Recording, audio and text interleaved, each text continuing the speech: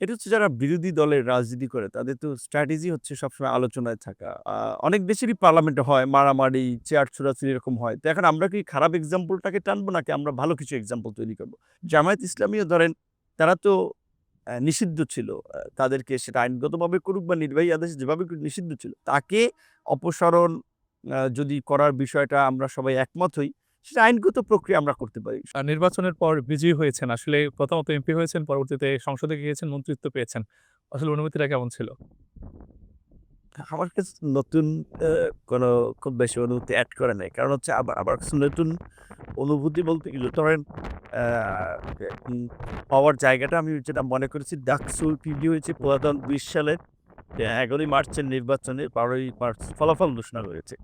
যে এইটা একটা বড় অ্যাচিভমেন্ট আল্লাহ পাক আমাকে দিয়েছে। এমপি মন্ত্রী এই দেশে অনেকে হইতে পারবে, হবে। কিন্তু ডাকসুর ভিপি তো সবাই হতে পারবে না। এবং আমি যেই সময়টা হয়েছে, বাংলাদেশের রাজনীতির অত্যন্ত একটা ক্রুশিয়াল সময় এবং আমি হওয়ার পরে আমার যে ঐতিহাসিক একটা দায়িত্ব এবং দায়বদ্ধতা যে ডাকসুর ভিপিরা কিংবা ছাত্র নেতারা জাতি সমাজের পরিবর্তনে সংকটের নেতৃত্ব দেয়। তো আমি ওই ফ্যাসিবাদের বিরুদ্ধে আন্দোলন সংগ্রাম করে আজকের এই গণতান্ত্রিক বাংলাদেশের যাত্রায় আজকে আসতে সহযোগিতা করতে পেরেছি। আমি নিজে নির্যাতিত চিলিশ পেশে রয়েছি। বাট এই পথটা রচনা করতে হচ্ছে। এবার যেন একটা সন্তুষ্টির জায়গা বলা চলে। আর এমপি মন্ত্রী হিসেবে একটা জিনিস হচ্ছে যে সংসদে দাঁড়িয়ে জনগণের পক্ষে কথা বলতে পারবো।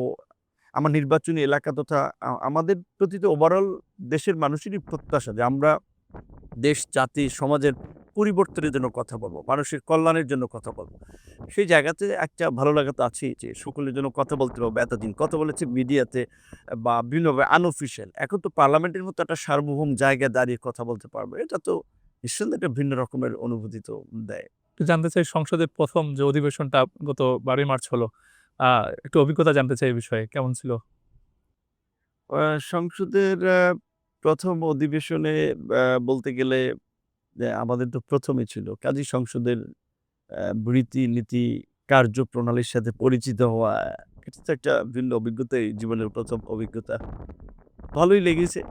আবার ট্র্যাডিশনাল যে কালচার ১ম দিনে আমরা সেটা দেখেছি। বিরোধী দলের হইচই করা, এই সব মিলিয়ে ভালো। রাষ্ট্রপতির বক্তব্য নিয়ে বিতর্ক তৈরি হয়েছে। আসলে বিষয়টি আপনি কিভাবে দেখেন সংসদে?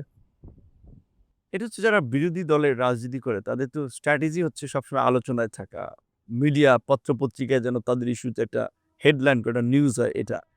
তো রাষ্ট্রপতির ইস্যুতে বিরোধী দলের সংসদে প্ল্যাকার্ড দেখানো এবং এটা নিয়ে প্রোটেস্ট করা। প্রোটেস্ট করতে পারে। কিন্তু পার্লামেন্টে প্রোটেস্টের একটা রীতিনীতি, একটা শিষ্টাচার আছে। আ অনেক দেশেরই পার্লামেন্টে হয় মারামারি, চেয়ার ছোড়াছুড়ি এরকম হয়। তো এখন আমরা কি খারাপ এক্সাম্পলটাকে টানবো নাকি আমরা ভালো কিছু এক্সাম্পল তৈরি করব? তো আমি চাই যে এই সংসদ একটা ভালো এক্সাম্পল তৈরি করবে সরকারি দল, বিরোধী দলের সম্পর্কের ক্ষেত্রে। তো সেক্ষেত্রে এখন রাষ্ট্রপতি অপসারণ বা অভিশংসনের দাবিটা বিরোধী দলের চিফ হুইপ নাহিদ ইসলাম তিনি তো এই আ রাষ্ট্রপতির কাছে উপদেষ্টা হিসেবে শপথ নিয়েছেন। তারপরে বিরোধী দলের আরো অনেক নেতা আমাদের আসিফ মাহমুদ সজীব ভুঁইয়া থেকে অনেকে। তাদের কথা বললাম এই কারণে যে তারা তো এই আন্দোলনের লিডিং ফেস ছিলেন ছাত্রনেতা। তো তারা যদি ওই সময় বলতেন যে, "না আমরা এই রাষ্ট্রপতির অধীনে শপথ নিব না।" তাহলে বাংলাদেশের প্রেক্ষাপট তো ভিন্ন রকম হতো।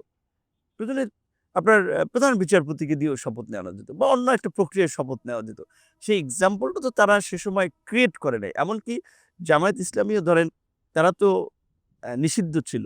তাদেরকে সেটা আইনগতভাবে করুক বা নির্বাহী আদেশে যেভাবে করুক নিষিদ্ধ ছিল। তাদের নির্বাহী ওই রাজনৈতিক দলের নিষিদ্ধের আদেশ প্রত্যাহারও তো এই রাষ্ট্রপতি করেছে। তার ফলে কিন্তু তারা নিজের মার্কা নিয়ে বা রাজনৈতিকভাবে রাজনীতি করছে। তো সেক্ষেত্রে অনেকগুলো কাজ এই রাষ্ট্রপতিকে দিয়ে করিয়ে নিয়েছে। সবাই। সরকার করিয়েছে, রাজনৈতিক দল করিয়েছে। সে সময় তো কেউ বলে নাই যে এই রাষ্ট্রপতিকে দিয়ে আমরা এটা করাবো না। নৈতিকভাবে আমরা এটাকে মানতে পারি না যে আমার দলের নিষিদ্ধ করেছে এই রাষ্ট্রপতির আদেশে আমি রাজনীতি করার সুযোগ পাবো। ওই সময় তো কেউ করে নাই। তো সেই জায়গা থেকে আমি মনে করি এটা একটা ডাবল স্ট্যান্ডার্ড বিশেষ করে দ্বিচারিতা। আ যে একদিকে তাকে দিয়ে কাজ করানো, অধ্যাদেশ বা সরকারের পারপাস সার্ভ করানো ক্রাইসিস মোমেন্ট এ সামনে রেখে স্বার্থ হাসিল করা। এখন আ তাকে নিয়ে হইচই করা। হ্যাঁ, তাকে অপসারণ যদি করার বিষয়টা আমরা সবাই একমত হই, সেটা আইনগত প্রক্রিয়া আমরা করতে পারি। সরকারি দল, বিরোধী দল তো আমাদের মধ্যে তো দীর্ঘদিনের একটা আন্ডারস্ট্যান্ডিং, আমরা সবাই জুলাইয়ের পক্ষের শক্তি। সেটা ওই প্রক্রিয়ায় আমরা যাই। পার্লামেন্টে এই ধরনের একটা সিনক্রেট আমরা তৈরি না করি। তো এটা আমি ব্যক্তিগতভাবে আসলে ইতিবাচকভাবে দেখি।